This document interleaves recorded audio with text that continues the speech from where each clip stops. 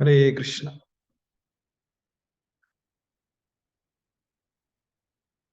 ओम अज्ञानतिमिरन्धस्य ज्ञानाञ्जनशलाकया चक्षुरुन्मिलितं येन तस्मै श्रीगुरवे नमः।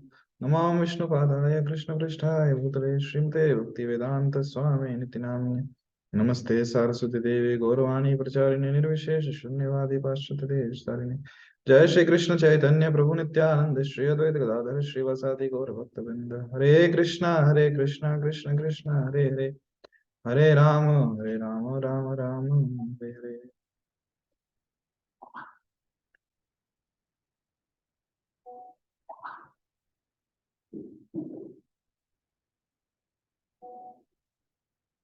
हरे कृष्णा। तो आप सभी भक्तों का स्वागत है आज के श्रील प्रभुपाद पुस्तक अध्ययन सत्र में, और हम पढ़ रहे हैं श्री उपदेशामृत श्लोक क्रमांक 3।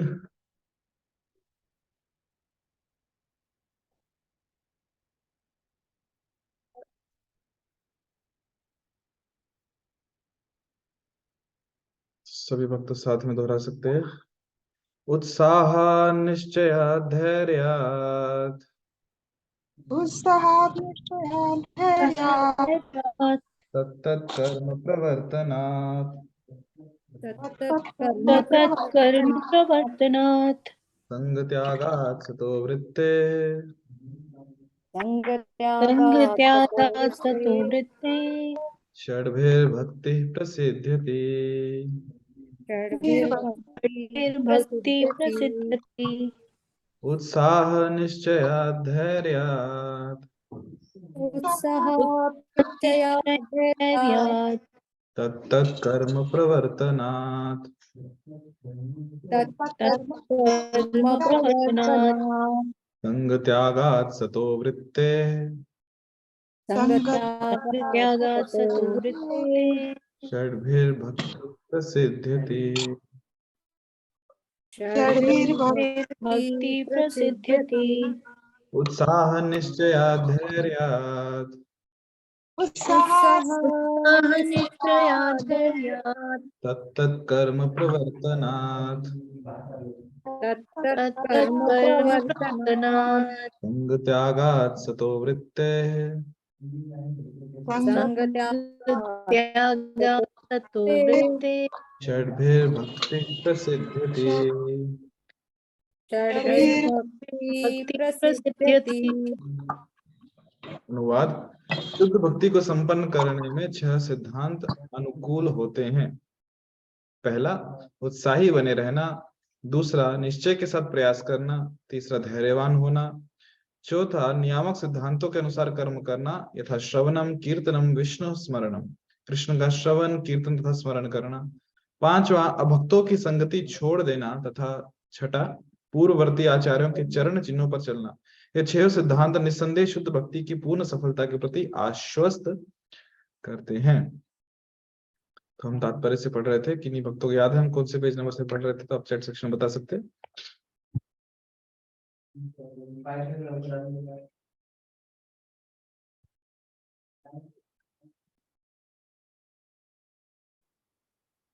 किसी को याद है कौन से पेज नंबर पढ़ रहे थे? ठीक है, तो किसी को याद नहीं है, चलो।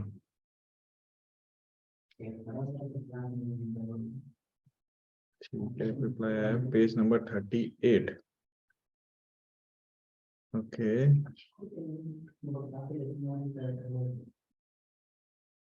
धन्यवाद शिवा माता जी। डिक्टाफोन के बारे में हम चर्चा कर रहे थे।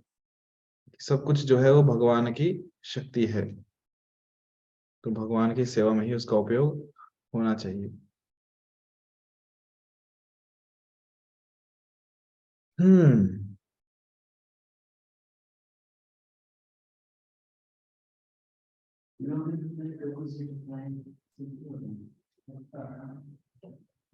ठीक है, उत्साह के ऊपर ही चर्चा चल रही है।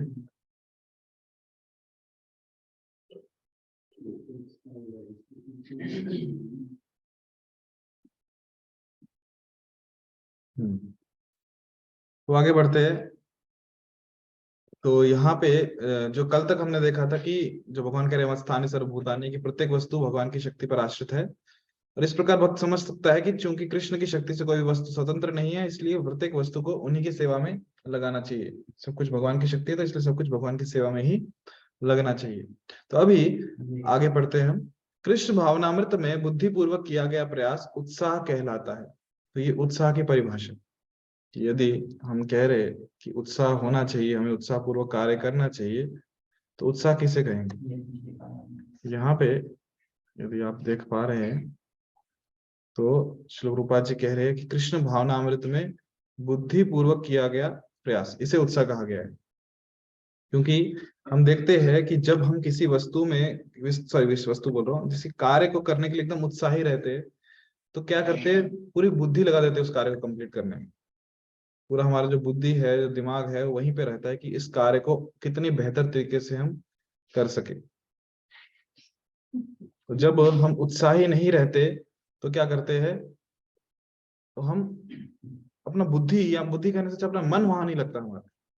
जिस चीज में उत्साह रहता है, पूरा मन के साथ हम वो कार्य करते हैं, बुद्ध मन सब कुछ से कार्य करते हैं। जहां पे हमारा उत्साह नहीं रहता, फिर वो कार्य इसलिए करते क्योंकि हमें वो कार्य करना है, उत्साह नहीं। जैसे उदाहरण, बहुत बार विशेषकर विद्यार्थी जीवन में जो हमने अनुभव किए हैं, और आप में से भी काफी लोग विद्यार्थी रहे होंगे, तो आपके भी अनुभव रहेंगे कि जब एग्जाम देना होता तो एग्जाम के समय हम लोग काफी उत्साही रहते हैं, बुद्धि से, मन से, कि कौन कौन से प्रश्न आ सकते हैं, उसका अभ्यास करते हैं और पढ़ाई भी करके जाते हैं। और जब बात आती है कि असाइनमेंट लिखनी है, सबमिशंस करने हैं, जनरल सबमिट करने हैं, तो फिर दोनों कानों में एक एक हेडफोन डालते हैं और सिर्फ लिखते रहते। तो वहां बुद्धि नहीं लग रही, वहां मन नहीं लग रहा। क्यों? क्योंकि असाइनमेंट्स लिखने में, सबमिशन करने में, जनरल्स लिखने में किसी की उत्साह रहता ही नहीं। जनरल जो देखा गया है, तो वहां सिर्फ खत्म करके कैसे तो वो सबमिट करना है टीचर को। तो कृष्ण भावनामृत ऐसा नहीं होना चाहिए। वहां पे कैसे एकदम बुद्धिपूर्वक प्रयास होना चाहिए, तब समझ में आता है कि हम उत्साह पूर्वक कर रहे हैं। भक्तगण उन सही सही साधनों का पता लगा लेते हैं जिनसे हर वस्तु का उपयोग कृष्ण की सेवा में किया जा सके। निर्बंध कृष्ण संबंधे युक्तम वैराग्यम उच्यते। भक्ति को संपन्न करना निष्क्रिय ध्यान नहीं, अपितु आध्यात्मिक जीवन की पूर्व भूमिका में व्यवहारिक कर्म है। तो ध्यान दीजिए क्या कह रहे श्रील प्रभुपाद, की भक्ति को संपन्न करना निष्क्रिय ध्यान नहीं। निष्क्रिय मतलब जहां कोई कार्य कर ही नहीं रहे, तो ऐसा कोई ध्यान नहीं है भक्ति। भक्ति क्या है? आध्यात्मिक जीवन की पूर्व भूमिका में व्यवहारिक कर्म है। तो पहली चीज क्या है कि व्यवहारिक कर्म। जब हम कह रहे हैं भक्ति, तो वापस भक्ति में सेवा, सेवा है तो मतलब कुछ कार्य होगा, उसके बारे में कह रहे हैं कि व्यवहारिक कर्म है भक्ति। ये सारे कार्यकलाप धैर्य पूर्वक संपन्न करने चाहिए। आ गया उत्साह, निश्चय, धैर्य पूर्वक सारे कार्यकलाप संपर्क करने चाहिए, सर संपन्न करने चाहिए। कृष्ण भावनामृत में मनुष्य को अधीर नहीं होना चाहिए, उसे धैर्य रखना चाहिए। एकदम अधीर मतलब उतावला नहीं होना चाहिए। निसंदेह ये कृष्ण भावनामृत आंदोलन अकेले ही प्रारंभ किया गया था, और प्रारंभ में किसी ने रुचि नहीं दिखाई थी। लेकिन चूंकि हम अपने भक्ति कार्य धैर्य पूर्वक करते रहे, अतः धीरे धीरे लोग इस आंदोलन की महत्ता समझने लगे, और अब वे इसमें उत्सुकता पूर्वक सम्मिलित हो रहे हैं। तो श्रील प्रभुपाद जी अपने उदाहरण से यहाँ समझा रहे हैं कि जब उन्होंने इस संस्था का, जो कृष्ण भावना संघ है, जो मूवमेंट है, इसका जब स्थापना किया, तो शुरुआत में वो प्रभुपाद, श्रील प्रभुपाद अकेले थे, अकेले उन्होंने शुरू किया। और जो अकेले उन्होंने किया, तो कितना उन्हें परेशानियों का सामना करना पड़ा, कितना धैर्य रखना पड़ा। हाँ, हम 1965 का तो देखते हैं कि श्रील प्रभुपाद जी ने 1965 में ठीक है, बटलर पेंसिल्वेनिया गए, न्यूयॉर्क गए, 26 सेकेंड एवेन्यू में स्टोर फ्रंट मिला, वहां पे चालू किया प्रचार। पर पहला जो एक साल था अमेरिका में, कुछ भी नहीं था हाथ में इन द सेंस, कुछ प्रचार में भी कुछ सिग्निफिकेंट रिजल्ट्स नहीं थे, कुछ ठोस जो कहते कि हाँ भक्त बन रहे हैं लोग, नाम जप कर रहे हैं, कुछ भी नहीं था पहला एक साल। अमेरिका की बात छोड़ दो, जब भारत में भी श्रील प्रभुपाद जी थे, कहाँ उनको कुछ मिल रहे थे, कुछ क्या बोलते रिजल्ट्स, परिणाम कहाँ में दिख रहे थे? कुछ नहीं दिख रहा था। बहुत कष्ट करते थे श्रील प्रभुपाद, खुद पुस्तकें छापते, लिखते थे, खुद उनकी छपाई करते थे, खुद बेचने जाते थे। एडिटिंग खुद, उसकी कंटेंट राइटिंग खुद, उसका डिस्ट्रीब्यूशन खुद, खाने पीने को समय नहीं। पर शिल प्रभुपाद जी ने धैर्य रखा। झांसी में शिल प्रभुपाद जी ने मूवमेंट स्टार्ट की थी, लीग ऑफ डिवोटीज, जो बाद में बंद पड़ गई। फिर भी उम्मीद नहीं छोड़ी, क्यों? गुरु महाराज की आज्ञा है। और 1966 में फिर इस्कॉन की स्थापना की। वही शिल प्रभुपाद जी यहाँ कह रहे हैं कि ये कृष्ण भावनामृत जो आंदोलन है अकेले ही प्रारंभ किया गया था, और प्रारंभ में किसी ने रुचि नहीं दिखाई थी, लेकिन चूंकि हम अपने भक्ति कार्य धैर्य पूर्वक करते रहे, बहुत धैर्य दिखाया शिल प्रभुपाद जी ने, बहुत धैर्य, अतः धीरे धीरे लोग इस आंदोलन की महत्ता समझने लगे। अच्छा, धैर्य दिखाने का मतलब ये भी नहीं है कि वो कष्ट नहीं कर रहे, वो कष्ट कर रहे, वो प्रयास कर रहे, पर जब परिणाम नहीं दिख रहे तो उसमें धैर्य रख रहे।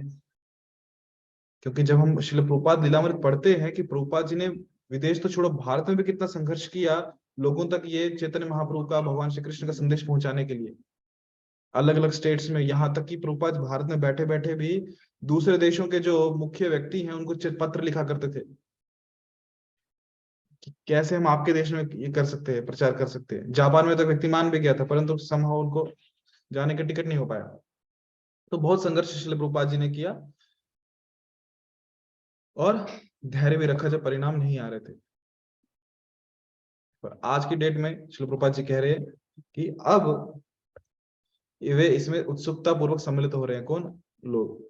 मनुष्य को भक्ति करते समय अधीर नहीं होना चाहिए, अपितु गुरु से उपदेश लेना चाहिए, और गुरु तथा कृष्ण की कृपा पर अवलंबित रहते हुए उसे धैर्य पूर्वक पूरा करना चाहिए। कृष्ण भावना भावित कार्य कलापों की सफल संपन्नता के लिए धैर्य तथा विश्वास दोनों की आवश्यकता है, क्योंकि यदि विश्वास नहीं होगा भगवान की और गुरु की कृपा पे, तो हम धैर्य भी नहीं रख पाएंगे। ये स्वाभाविक है, ये उदाहरण शिल प्रभुपाद जी दे रहे हैं कि ये स्वाभाविक है कि एक नव विवाहित कन्या अपने पति से संतान की कामना करती है, किंतु वो विवाह के तुरंत बाद संतान प्राप्ति करने की आशा नहीं कर सकती। निसंदेह विवाह होते ही वो संतान प्राप्त के लिए प्रयास कर सकती है, लेकिन उसे अपने पति के प्रति समर्पित होकर विश्वस्त होना पड़ेगा कि निश्चित समय में संतान का जन्म होगा। इसी प्रकार भक्ति में समर्पण का अर्थ है विश्वस्त होना।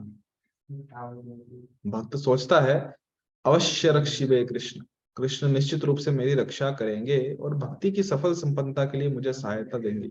यही विश्वास कहलाता है कि हम उत्सुकता पूर्वक, पूरी उत्सुकता से अपनी जो साधना है, जो भक्ति में कर्म है, वो कर रहे हैं, पूरी निश्चयता से कर रहे हैं। पर यदि परिणाम नहीं भी दिख रहे तो भी धैर्य रख रहे हैं। और धैर्य रखना कब तक संभव है? जब हमारा कृष्ण पे और गुरु की कृपा पे विश्वास है कि निश्चित रूप से भगवान श्री कृष्ण हमारी रक्षा करेंगे और सफलता प्रदान करने में हमारी सहायता करेंगे। जैसे यहाँ पे जो आया है अवश्य रक्षिबे कृष्ण, कृष्ण अवश्य रक्षा करेंगे। और एक श्लोक जो कि भगवत गीता में आता है, कौन सा है वो, किसी को याद है?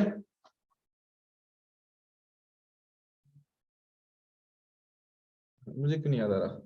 आप इसके किसी को याद है श्लोक कौन सा, जो वहां भगवान कहते हैं जो आपके पास, जो भक्त के पास उसकी रक्षा करता हूँ और जो नहीं है वो प्रदान करता हूँ। ददामि बुद्धि योगम तम येन माम उपयान्ति ते। एटलीस्ट स्टार्टिंग लाइन किसी को याद आ रही हो तो बता दो। योगक्षेम यस वहाम्य यस, हम। धन्यवाद माता जी। योगक्षेम वहां में हम, शुरुआत कैसे है उसकी?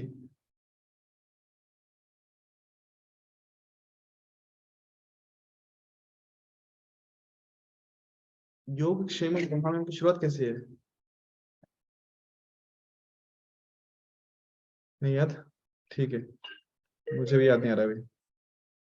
ठीक है, योगक्षेम वहां में हम, योगक्षेम वहां में मतलब जो नहीं है वो प्रदान करता हूँ, जो है उसकी रक्षा करता हूँ। और भगवान कहते हैं ये मैं स्वयं करता हूँ। ठीक है, किसी को याद आ जाए तो बता देना योगक्षेम वहां की शुरुआत कैसी है। आगे बढ़ते हैं।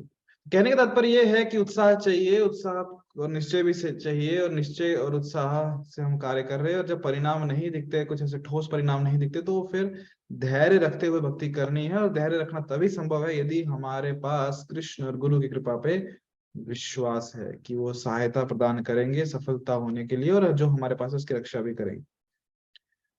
जैसा कि पहले बताया जा चुका है, मनुष्य को विधि विधानों को संपन्न करने में आलस्य नहीं करना चाहिए, अपितु अत्यधिक अनन्यश्चिन्तयन्तो मां यस धन्यवाद माताजी। अनन्यश्चिन्तयन् अनन्यस चिंतयन्तो माम ये जना पर्युपासते तेषां नित्य अभियुक्ता नाम योगक्षेमं वहामि अहम्। धन्यवाद माताजी। और हाँ, तो योगक्षेम जो भगवान रक्षा प्रदान करते हैं, और जो जो नहीं है वो जो है उसकी रक्षा करते हैं, जो नहीं है वो देते हैं, स्वयं देते हैं। किसको? जो अनन्य भाव से भगवान का चिंतन करता है, अर्थात एक भक्त को देते हैं। ठीक है, तो आलस नहीं करना है मनुष्य, जो विधि विधान है उनको संपन्न करने में, विशेषकर भक्ति के विधि विधान, अपितु कैसे? अत्यधिक उत्साह के साथ उसे करना चाहिए। तत्त कर्म प्रवर्तनात् पे, अभी तत्त कर्म प्रवर्तना की जो भी भक्ति में कर्म है उन्हें करना है, और एकदम कैसे उत्साह के साथ करना है। विधि विधानों की उपेक्षा से भक्ति विनष्ट हो जाएगी।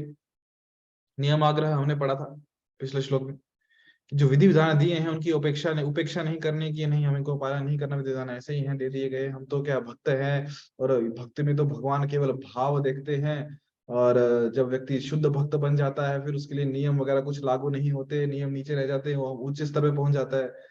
तो ये सब ना बहुत बड़ी बातें हैं, हमें ये सब बातों में नहीं पड़ना। हमें केवल क्या करना है? नियमों का दृढ़ता पूर्वक पालन करना है, जो विधि विधान है उनका पालन करना है। ये तब की बात है जब हम शुद्ध भक्त के स्तर पे पहुंच जाएंगे, जहाँ पे कह रहे हैं अनन्यस चिंतयन्तो माम। तो अभी कहाँ हमारा अनन्यस चिंतयन्तो माम है? कहाँ हम 24 घंटे भगवान का चिंतन कर रहे हैं? 16 माला नाम जब करते समय भी भगवान का चिंतन कर लिया, बहुत बड़ी बात है। इसलिए अभी विधि विधानों का पालन हमें करना है। इस कृष्ण, और वो भी कैसे करना है? उत्साह पूर्वक। ऐसे नहीं करना कि हो करना पड़ेगा, मंगल आरती है तो जाना पड़ेगा, भोग प्रसाद खाना है तो प्रार्थना बोलनी पड़ेगी, अभी शपथ दे दिए गुरु महाराज को तो 16 माला नाम जप करना पड़ेगा। वो फिर उत्साह पूर्वक नहीं। उत्साह मतलब क्या? कि उठते ही एकदम उत्साह होना चाहिए, कि उठते ही अभी मुझे क्या करना है? 16 माला जप करना है। वाह! रात को सोते समय को उत्साह क्यों? क्योंकि सुबह उठते ही मुझे क्या अवसर मिलेगा? 16 माला नाम जप करने का अवसर मिलेगा। ये उत्साह है। इस कृष्ण भावनामृत आंदोलन में 4 मूल नियामक सिद्धांत हैं। कौन से मूल सिद्धांत? अवैध मैथुन, मांसाहार, द्यूत क्रीड़ा तथा मादक द्रव्यों का सेवन। तो इन चारों चीजों का हमें क्या करना है? बहिष्कार करना है। ये 4 चीजें नहीं करनी। द्यूत क्रीड़ा में एक और चीज आगे की झूठ ना बोलना, और मांसाहार में एक और चीज मांसाहार नहीं, मादक द्रव्य में आगे की चाय और कॉफी का भी सेवन नहीं करना, और मांसाहार में आ गया कि प्याज और लहसुन, कांदा लहसुन भी नहीं खाना। भक्त को इन सिद्धांतों का पालन करने में अत्यंत उत्साह दिखलाना चाहिए। यदि वह इनमें से किसी भी एक का पालन करने में शिथिलता बरतता है, शिथिलता मतलब कह सकते लापरवाही बरतता है, मतलब कोई भी इसमें से एक नियम का पालन नहीं करता, तो उसकी प्रगति अवश्य ही रुक जाएगी।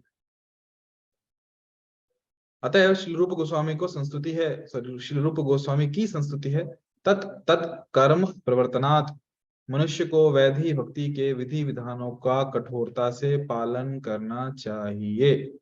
इन 4 निषेधों यानी जो यम है कि अतिरिक्त 4 सकारात्मक विधि यानी कि नियम भी हैं, जैसे कि प्रतिदिन जप माला पर 16 माला का जप करना। इन अनुष्ठानों को उत्साह पूर्वक एवं श्रद्धा सहित संपन्न करना चाहिए। श्रद्धा मतलब आपस विश्वास के साथ करना चाहिए। यही तत् कर्म प्रवर्तन अर्थात भक्ति में विविध संलग्नता कहलाती है। तो कर्म करना, कैसे कर्म करना? 16 माला का नाम जप करना, और जो कहा गया है नहीं करना वो नहीं करना, जो करने को कहा है वो करना। फिर भक्ति के जो 64 अंग है उसमें से विशेष जो 5 हैं, जो मंगल आरती में जो सब कुछ आ जाता है, नाम जप करना, तुलसी देवी की पूजा करना, भगवान की आरती करना, भक्तों का संग करना, मंदिर में जाना, भागवतम श्रवण करना। साथ ही भक्ति में सफलता के लिए मनुष्य को अवांछित लोगों की संगति त्याग देनी चाहिए। तो अभी अवांछित लोग कौन से, जिनकी संगति त्यागनी? इनमें से है कर्मी, ज्ञानी, योगी तथा अन्य अभक्त गण का समावेश हो जाता है। कर्मी कौन है? जो केवल कर्म करे जा रहे हैं, सकाम कर्म, विशेषकर कुछ लाभ प्राप्ति के लिए कर्म कर रहे हैं। ज्ञानी जो निर्विशेषवादी हैं, जो केवल ज्ञान, निर्विशेषवाद मतलब क्या? निर्विशेषवादी जो भगवान को नहीं मानते, केवल ज्ञान के माध्यम से ये जानने का प्रयास कर रहे हैं कि वो शरीर नहीं, वो आत्मा है, और अंततः उनको ब्रह्म में लीन होना है, निराकार ब्रह्म। योगी कौन है? जो ध्यान योगी है, ध्यान के माध्यम से लगे हुए हैं मुक्त होने के लिए। और जितने भी अन्य अभक्तगण हैं, अभक्तगण मतलब जो कृष्ण का स्वामित्व नहीं स्वीकार करते, बस भोग वृत्ति में लगे हैं, किस प्रकार मैं अपने मन और इंद्रियों को संतुष्ट कर सकूं। मनाष्ठानि इंद्रियाणि प्रकृति स्थानि कर्षति, कि अपने मन और इंद्रियों को किस प्रकार मैं संतुष्ट करने का प्रयास करूं, उसके लिए मुझे कृष्ण को कुछ लेना देना नहीं, कौन है कृष्ण, मुझे क्या करना। ये सब इन लोगों का क्या, ये सब किस में आ जाते हैं? संग अभक्त। तो सभी लोग अभक्त हैं, इनका सब समावेश हो गया इसमें, कर्मी ज्ञानी योगी और अभक्त, तो इनका संग हमें नहीं करना। तो एक बार श्री चैतन्य महाप्रभु से उनके एक गृहस्थ भक्त ने वैष्णव मत के सामान्य सिद्धांतों एवं वैष्णव के सामान्य नित्य कार्यकलापों के विषय में पूछा, तो उन्होंने तुरंत उत्तर दिया था, असत्य संग त्याग ए वैष्णव आचार। वैष्णव वह है, जब पूछा कि वैष्णव कौन है, बोले वैष्णव है जो संसारी लोगों या अभक्तों की संगति छोड़ दे। क्यों संसारी लोगों की अभक्तों की संगति छोड़ दे? क्योंकि वहां कृष्ण कथा नहीं हो रही और उसका समय व्यर्थ जा रहा है। क्योंकि जब हम ऐसे लोगों की संगति करते हैं जो हमेशा विषय वस्तु में के भोगों में लिप्त रहते हैं, तो यदि एक भक्त जो है, विशेषकर जो नया भक्त है, जो साधक है, हम सब साधक ही हैं, जब ऐसे लोगों की संग करता है तो उसके हृदय में भी ये विषय वस्तुओं का भोग करने की इच्छा का निर्माण हो जाता है। तो इसलिए जो असत्य संग है उसे त्यागने को कहा गया है कि हमें भक्तों का संग करना चाहिए। यदि हम ऐसे लोगों का संग करें जो इंद्रियां और मन की संतुष्टि के लिए ही कार्य करते हैं, तो हम साधुओं के मन में भी इच्छा का निर्माण हो सकता है कि हम भी भोग में लग जाएं। इसलिए भक्तों की संगति छोड़ने को कहा गया है। अतएव श्रील नरोत्तम दास ठाकुर ने संस्तुति की है, तांदेर चरण से भक्त सणे वास, जन्म जन्म है अभिलाष। मनुष्य को शुद्ध भक्तों के संग में रहना चाहिए, और पूर्ववर्ती आचार्य यानी कि षड गोस्वामियों तथा श्री रूप गोस्वामी, श्री सनातन गोस्वामी, श्री जीव गोस्वामी, श्री रघुनाथ दास गोस्वामी, श्री गोपाल भट्ट गोस्वामी तथा श्री रघुनाथ भट्ट गोस्वामी, ये 6 गोस्वामी जो है, इनके द्वारा निर्धारित किए गए विधि विधानों का पालन करना चाहिए। यदि वह भक्त की संगति करता है तो अभक्तों के साथ रहने का अवसर ही नहीं आता। यदि हमेशा भक्तों के साथ में ही रहेंगे तो अभक्तों के साथ कहाँ रहने का सवाल ही नहीं उठता कि भक्तों के साथ रहेंगे। इसलिए हमेशा भक्तों से घिरे रहना चाहिए, उनके संपर्क में रहना चाहिए। तो नरोत्तम दास तो कह रहे हैं कि मुझे क्या, शुद्ध भक्तों की संगति में रहना चाहिए, और इससे केवल इस जन्म में नहीं, हर जन्म में रहना है मुझे। अंतरराष्ट्रीय कृष्ण भावना जो संघ है, जो इस्कॉन है, ऐसे अनेक केंद्र खोल रहा है जिससे लोगों को भक्तों के साथ रहने का, आध्यात्मिक जीवन के नियामक सिद्धांतों का अभ्यास करने के लिए आमंत्रित किया जा सके। तो हमारी जो संस्था है, जो 7 जो पर्पस है, 7 उद्देश्य श्रील प्रभुपाद जी ने दिए इस्कॉन के, उसमें से एक उद्देश्य है कि एक ऐसा संघ बनाना जहां पे एक भक्तों को एक ऐसी फैसिलिटी देना, विशेषकर जो इस्कॉन के मेंबर हैं, मतलब हम सब जो सदस्य हैं इस्कॉन के, कैसी फैसिलिटी देना जहां पे उनको भक्तों का संग मिल सके, जहां पे साथ में आके वो नाम जप कीर्तन कर सकें। भक्ति में सेवा का अर्थ है, देखो आ गया अभी, डिवोशनल सर्विस। भक्ति में सेवा का अर्थ है दिव्य कार्यकलाप। दिव्य स्तर पर भौतिक प्रकृति के तीनों गुणों द्वारा किसी प्रकार का कल्मश नहीं होता। जब बात कर रहे हैं दिव्य, दिव्य का अर्थ क्या है? आप में से किसी भक्त को पता है कि दिव्य का अर्थ क्या है? दिव्य किसे कहते हैं? हरे कृष्णा कोई बोलना चाहेगा या चैट सेक्शन में बताना चाहेगा कि दिव्य किसे कहते हैं? ये दिव्य क्या है? जो भौतिक नहीं है, जो भौतिक नहीं है वो दिव्य है। तो भौतिक क्या है?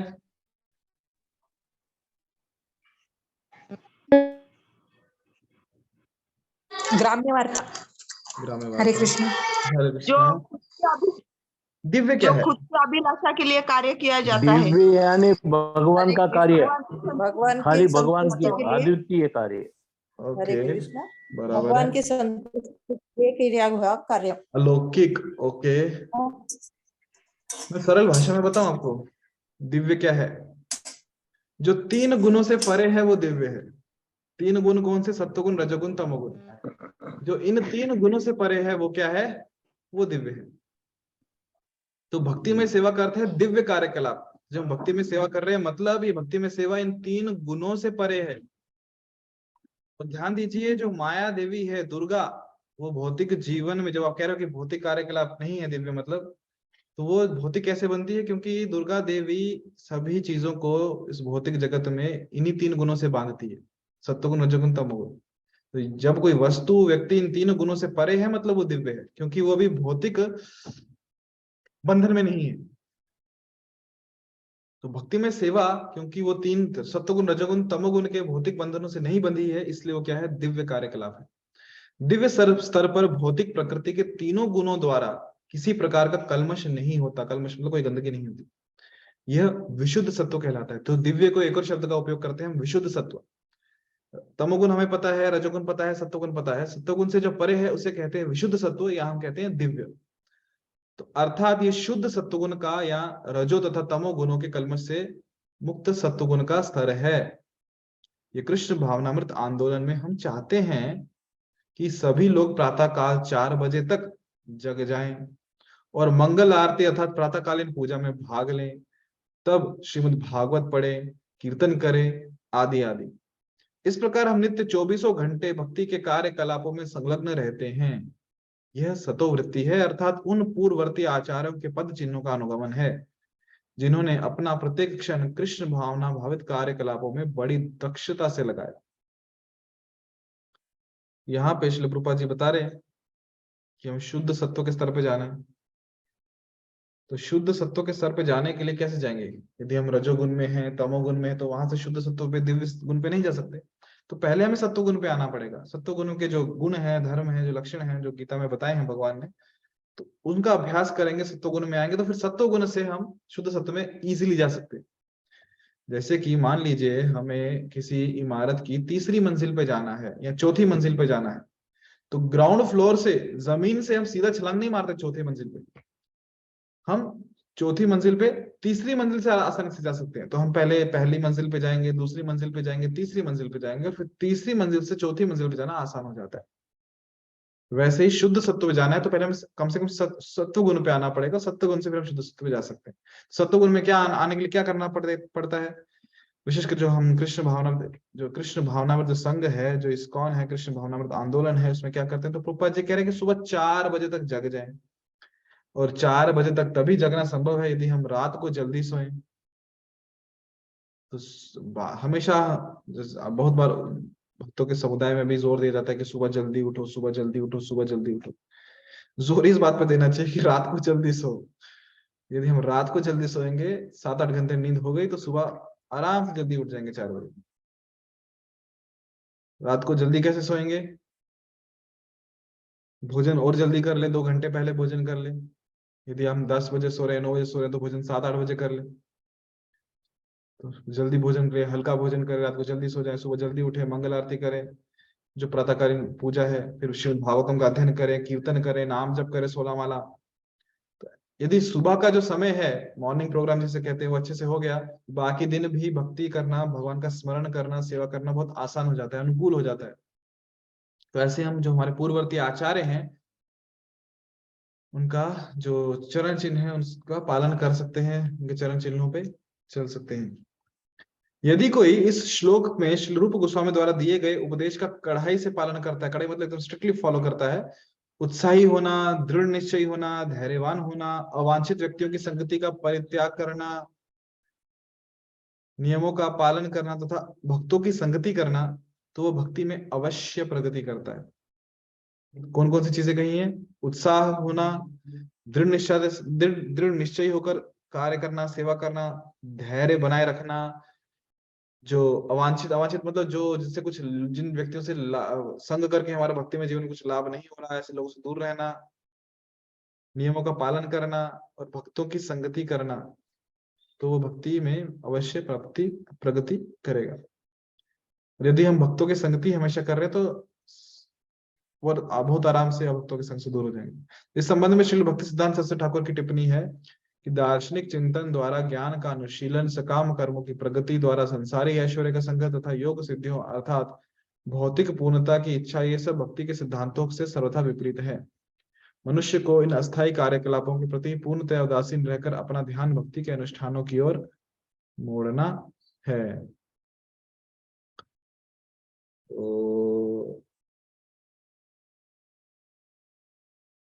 तो ज्ञान का अनुशीलन कैसे करना है? दार्शनिक चिंतन के द्वारा। दार्शनिक चिंतन मतलब फिलोसफी के द्वारा। जब हम फिलोसफी समझेंगे तो हम ज्ञान का अनुशीलन कर पाएंगे।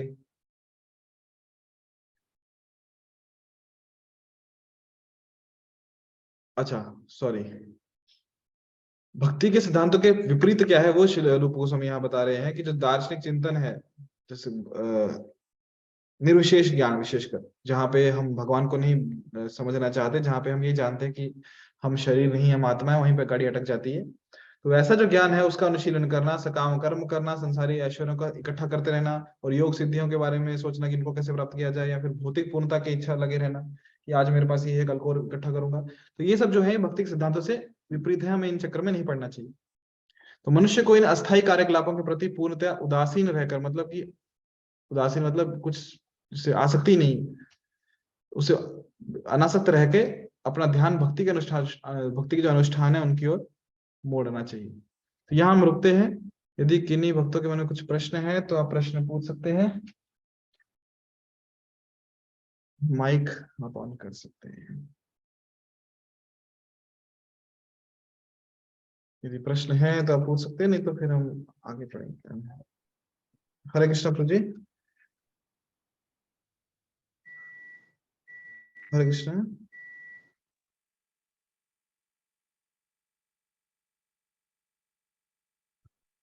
ठीक है, किन्हीं भक्तों कोई प्रश्न है क्या?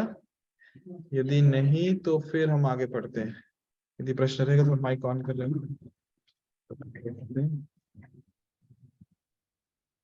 या निशा सर्वभूतानां तस्यां जागृति संयमी यस्यां जागृति भूतानि सा निशा पश्यतो मुने।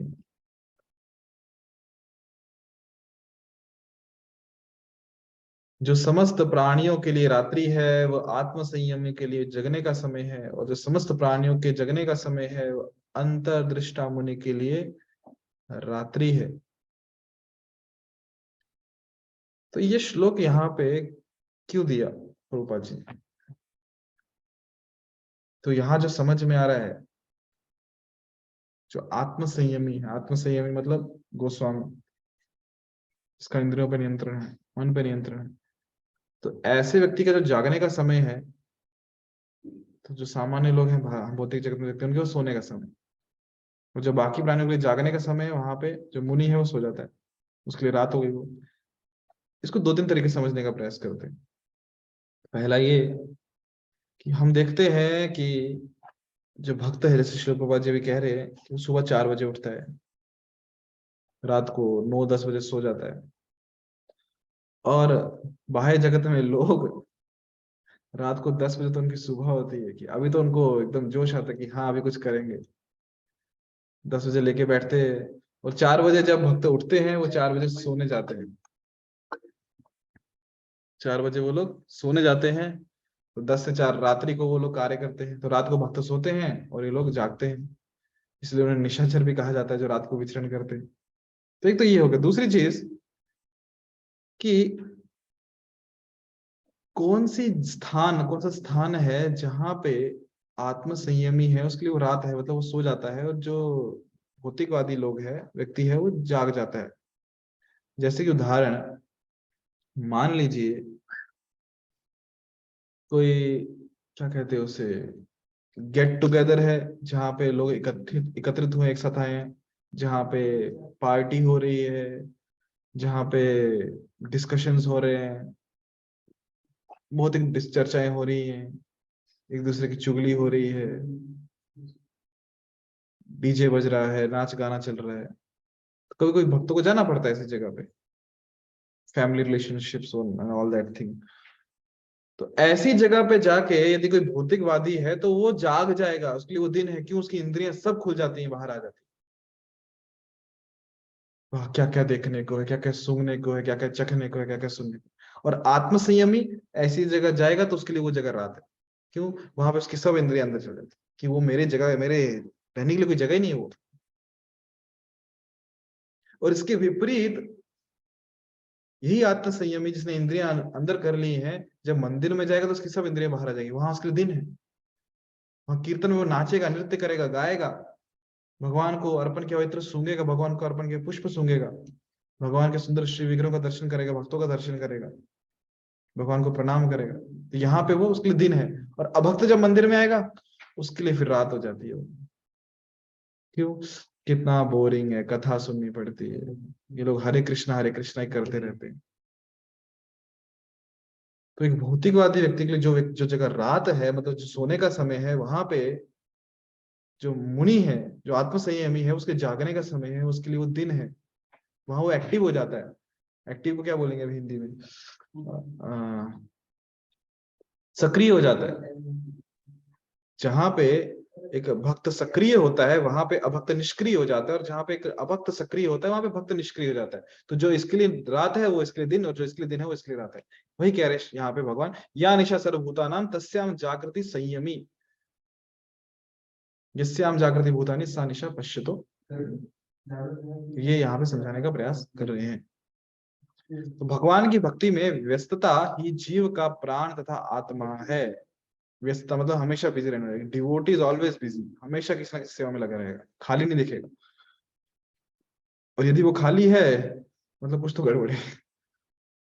यही वांछित लक्ष्य है और मनुष्य के जीवन की परम सिद्धि है। मनुष्य को इस विषय में विश्वस्त भी होना चाहिए और उसे ये विश्वास भी रखना चाहिए कि भक्ति के अतिरिक्त सारे कार्यकलाप यथा मानसिक तर्क, सकाम कर्म, यौगिक प्रयास कभी कोई स्थायी लाभ देने वाले नहीं।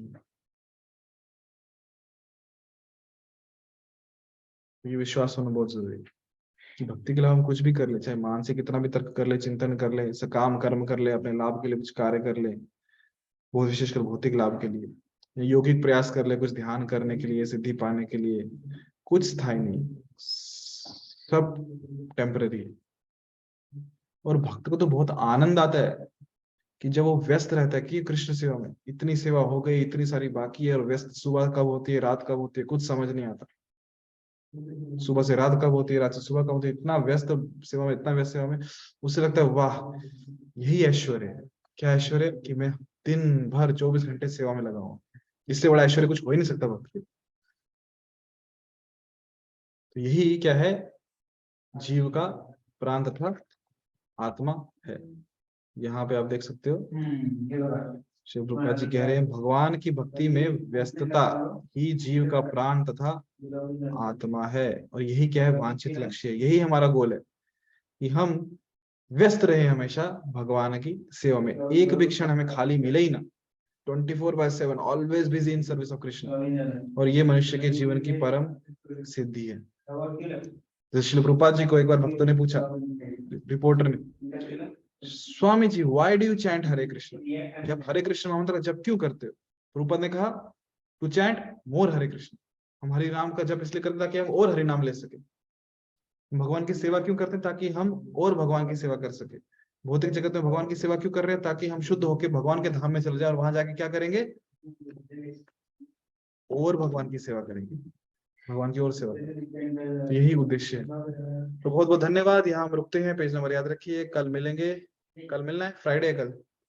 ठीक है, देखते हैं कल कैसा शेड्यूल है। अगर कल लास्ट रहा तो मैसेज ग्रुप में डाल दूंगा, नहीं तो फिर मंडे को मिलेंगे।